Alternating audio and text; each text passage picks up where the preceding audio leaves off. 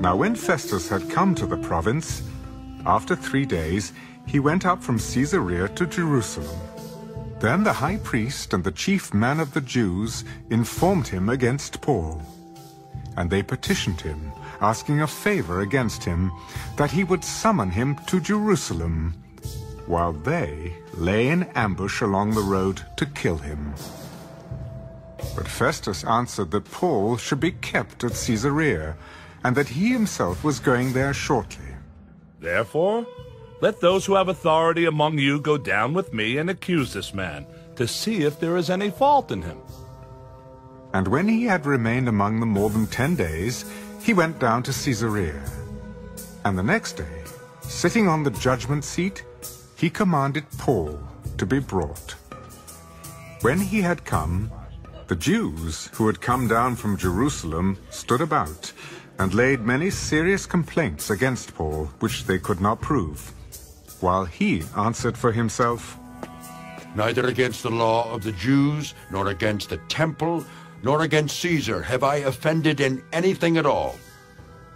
But Festus, wanting to do the Jews a favor, answered Paul, Are you willing to go up to Jerusalem and there be judged before me concerning these things? I stand at Caesar's judgment seat, where I ought to be judged. To the Jews I have done no wrong, as you very well know. For if I am an offender, or have committed anything deserving of death, I do not object to dying. But if there is nothing in these things of which these men accuse me, no one can deliver me to them. I appeal to Caesar. Then Festus, when he had conferred with the council, answered, You have appealed to Caesar? To Caesar you shall go. And after some days, King Agrippa and Bernice came to Caesarea to greet Festus. When they had been there many days, Festus laid Paul's case before the king. There is a certain man left a prisoner by Felix, about whom the chief priests and elders of the Jews informed me when I was in Jerusalem, asking for a judgment against him. To them I answered, It is not the custom of the Romans to deliver any man to destruction before the accused meets the accusers face to face, and has opportunity to answer for himself concerning the charge against him. Therefore, when they had come together without any delay, the next day I sat on the judgment seat and commanded the man to be brought in. When the accusers stood up, they brought no accusation against him of such things as I supposed, but had some questions against him about their own religion, and about a certain Jesus who had died, whom Paul affirmed to be alive. And because I was uncertain of such questions, I asked whether he was willing to go to Jerusalem and there be judged concerning these matters. But when Paul appealed to be reserved for the decision of Augustus, I commanded him to be kept till I could send him to Caesar. I also would like to hear the man myself. Tomorrow you shall hear him. So the next day, when Agrippa and Bernice had come with great pomp, and had entered the auditorium with the commanders and the prominent men of the city, at Festus' command, Paul was brought in. And Festus said, King Agrippa and all the men who are here present with us, you see this man about whom the whole assembly of the Jews petitioned me, both at Jerusalem and here, crying out that he was not fit to live any longer. But when I found that he had committed nothing deserving of death, and that he himself had appealed to Augustus, I decided to send him. I have nothing certain to write to my lord concerning him. Therefore I have brought him out before you, and especially before you, King Agrippa, so that after the examination has taken place, I may have something to write. For it seems to me unreasonable to send a prisoner and not to specify the charges against him.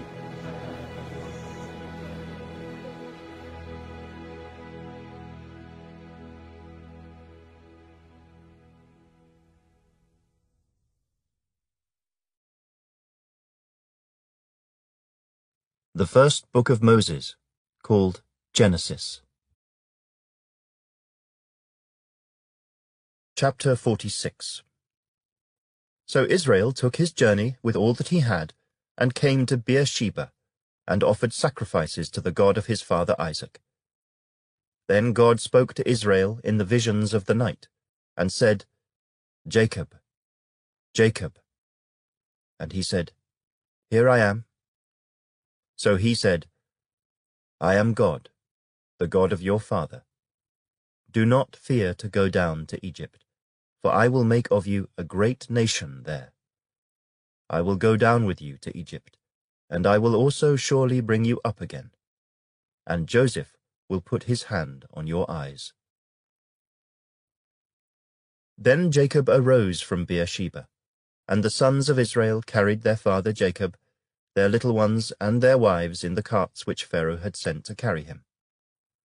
So they took their livestock and their goods, which they had acquired in the land of Canaan, and went to Egypt, Jacob and all his descendants with him, his sons and his sons' sons, his daughters and his sons' daughters, and all his descendants he brought with him to Egypt. Now these were the names of the children of Israel, Jacob and his sons, who went to Egypt. Reuben was Jacob's firstborn. The sons of Reuben were Hanoch, Pallu, Hezron, and Carmi. The sons of Simeon were Jemuel, Jamin, Ohad, Jachin, Zohar, and Shaul, the son of a Canaanite woman. The sons of Levi were Gershon, Kohath, and Merari. The sons of Judah were Onan, Shelah, Perez, and Zerah, but and Onan died in the land of Canaan. The sons of Perez were Hezron and Hamul. The sons of Issachar were Tola, Puvah, Job, and Shimron. The sons of Zebulun were Sered, Elon, and Jaleel. These were the sons of Leah, whom she bore to Jacob in Padan Aram with his daughter Dinah. All the persons, his sons and his daughters, were 33. The sons of Gad were Ziphion, Haggi, Shunai, Esbon, Eri, Aradai, and Areli. The sons of Asher were Jimnah, Ishua, Ishui, Beriah, and Serah, their sister. And the sons of Beriah were Heber and Malchiel. These were the sons of Zilpah, whom Laban gave to Leah his daughter. And these she bore to Jacob, 16 persons. The sons of Rachel, Jacob's wife, were Joseph and Benjamin. And to Joseph in the land of Egypt were born Manasseh and Ephraim, whom Asenath, the daughter of Potipherah, priest of On, bore to him. The sons of Benjamin were Bela, Beka, Ashbel, Gera, Naaman, Ehi, Rosh, Muppim, Huppim, and Ard. These were the sons of Rachel, who were born to Jacob, 14 persons in all. The son of Dan was Hushim. The sons of Naphtali were Jaziel, Gunai, Jezer, and Shillem. These were the sons of Bilhah, whom Laban gave to Rachel his daughter, and she bore these to Jacob, 7 persons in all. All the persons who went with Jacob to Egypt, who came from his body, besides Jacob's sons' wives, were 66 persons in all. And the sons of Joseph, who were born to him in Egypt, were 2 persons. All the persons of the house of Jacob who went to Egypt were 70. Then he sent Judah before him to Joseph, to point out before him the way to Goshen. And they came to the land of Goshen. So Joseph made ready his chariot, and went up to Goshen to meet his father Israel. And he presented himself to him, and fell on his neck, and wept on his neck a good while. And Israel said to Joseph, Now let me die, since I have seen your face, because you are still alive." Then Joseph said to his brothers and to his father's household, "I will go up and tell Pharaoh, and say to him, My brothers and those of my father's house, who were in the land of Canaan, have come to me. And the men are shepherds, for their occupation has been to feed livestock, and they have brought their flocks, their herds, and all that they have. So it shall be when Pharaoh calls you and says, What is your occupation? That you shall say, Your servant's occupation has been with livestock from our youth even till now, both we and also our fathers, that you may dwell in the land of Goshen, for every shepherd is an abomination to the Egyptians." Chapter 47. Then Joseph went and told Pharaoh, and said, My father and my brothers, their flocks and their herds and all that they possess, have come from the land of Canaan, and indeed they are in the land of Goshen. And he took 5 men from among his brothers, and presented them to Pharaoh. Then Pharaoh said to his brothers, What is your occupation? And they said to Pharaoh, Your servants are shepherds, both we and also our fathers. And they said to Pharaoh, We have come to dwell in the land, because your servants have no pasture for their flocks, for the famine is severe in the land of Canaan. Now therefore, please let your servants dwell in the land of Goshen. Then Pharaoh spoke to Joseph, saying, Your father and your brothers have come to you. The land of Egypt is before you. Have your father and brothers dwell in the best of the land. Let them dwell in the land of Goshen. And if you know any competent men among them, then make them chief herdsmen over my livestock. Then Joseph brought in his father Jacob, and set him before Pharaoh. And Jacob blessed Pharaoh. Pharaoh said to Jacob, How old are you? And Jacob said to Pharaoh, The days of the years of my pilgrimage are 130 years. Few and evil have been the days of the years of my life, and they have not attained to the days of the years of the life of my fathers in the days of their pilgrimage. So Jacob blessed Pharaoh, and went out from before Pharaoh. And Joseph situated his father and his brothers, and gave them a possession in the land of Egypt, in the best of the land, in the land of Ramesses, as Pharaoh had commanded.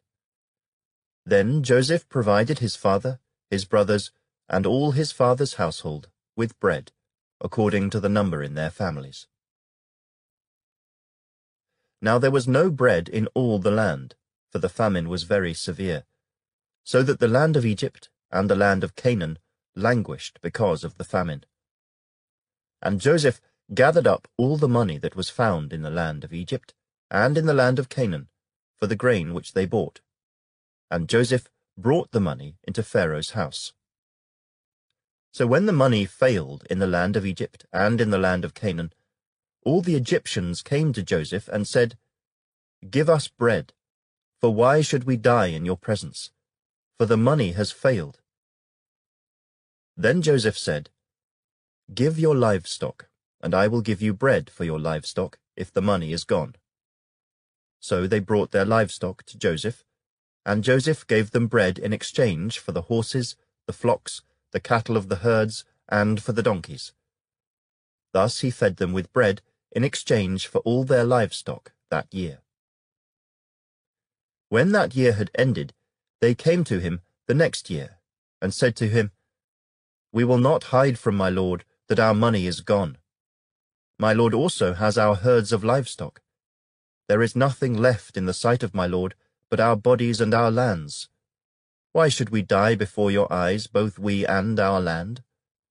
Buy us and our land for bread, and we and our land will be servants of Pharaoh. Give us seed, that we may live and not die, that the land may not be desolate. Then Joseph bought all the land of Egypt for Pharaoh. For every man of the Egyptians sold his field, because the famine was severe upon them. So the land became Pharaoh's. And as for the people, he moved them into the cities, from one end of the borders of Egypt to the other end. Only the land of the priests he did not buy, for the priests had rations allotted to them by Pharaoh, and they ate their rations which Pharaoh gave them. Therefore they did not sell their lands. Then Joseph said to the people, "Indeed, I have bought you and your land this day for Pharaoh. Look, here is seed for you, and you shall sow the land. And it shall come to pass in the harvest that you shall give 1/5 to Pharaoh. 4/5 shall be your own, as seed for the field and for your food, for those of your households and as food for your little ones." So they said, "You have saved our lives. Let us find favor in the sight of my lord, and we will be Pharaoh's servants." And Joseph made it a law over the land of Egypt to this day, that Pharaoh should have 1/5, except for the land of the priests only, which did not become Pharaoh's. So Israel dwelt in the land of Egypt, in the country of Goshen. And they had possessions there, and grew and multiplied exceedingly. And Jacob lived in the land of Egypt 17 years. So the length of Jacob's life was 147 years. When the time drew near that Israel must die, he called his son Joseph, and said to him, "Now if I have found favor in your sight, please put your hand under my thigh, and deal kindly and truly with me. Please do not bury me in Egypt, but let me lie with my fathers. You shall carry me out of Egypt, and bury me in their burial place." And he said, "I will do as you have said." Then he said, "Swear to me." And he swore to him. So Israel bowed himself on the head of the bed. The Book of Proverbs. A soft answer turns away wrath, but a harsh word stirs up anger. The tongue of the wise uses knowledge rightly, but the mouth of fools pours forth foolishness. The eyes of the Lord are in every place, keeping watch on the evil and the good. A wholesome tongue is a tree of life, but perverseness in it breaks the spirit. A fool despises his father's instruction, but he who receives correction is prudent. In the house of the righteous there is much treasure, but in the revenue of the wicked is trouble. The lips of the wise disperse knowledge, but the heart of the fool does not do so. The sacrifice of the wicked is an abomination to the Lord, but the prayer of the upright is his delight. The way of the wicked is an abomination to the Lord, but he loves him who follows righteousness. Harsh discipline is for him who forsakes the way, and he who hates correction will die. Hell and destruction are before the Lord, so how much more the hearts of the sons of men? A scoffer does not love one who corrects him, nor will he go to the wise. A merry heart makes a cheerful countenance, but by sorrow of the heart the spirit is broken. The heart of him who has understanding seeks knowledge, but the mouth of fools feeds on foolishness. All the days of the afflicted are evil, but he who is of a merry heart has a continual feast. Better is a little with the fear of the Lord than great treasure with trouble. Better is a dinner of herbs where love is than a fatted calf with hatred. A wrathful man stirs up strife, but he who is slow to anger allays contention. The way of the lazy man is like a hedge of thorns, but the way of the upright is a highway. A wise son makes a father glad, but a foolish man despises his mother. Folly is joy to him who is destitute of discernment, but a man of understanding walks uprightly. Without counsel, plans go awry, but in the multitude of counselors they are established. A man has joy by the answer of his mouth, and a word spoken in due season, how good it is. The way of life winds upward for the wise, that he may turn away from hell below. The Lord will destroy the house of the proud, but he will establish the boundary of the widow. The thoughts of the wicked are an abomination to the Lord, but the words of the pure are pleasant. He who is greedy for gain troubles his own house, but he who hates bribes will live. The heart of the righteous studies how to answer, but the mouth of the wicked pours forth evil. The Lord is far from the wicked, but he hears the prayer of the righteous. The light of the eyes rejoices the heart, and a good report makes the bones healthy. The ear that hears the rebukes of life will abide among the wise. He who disdains instruction despises his own soul, but he who heeds rebuke gets understanding. The fear of the Lord is the instruction of wisdom, and before honor is humility.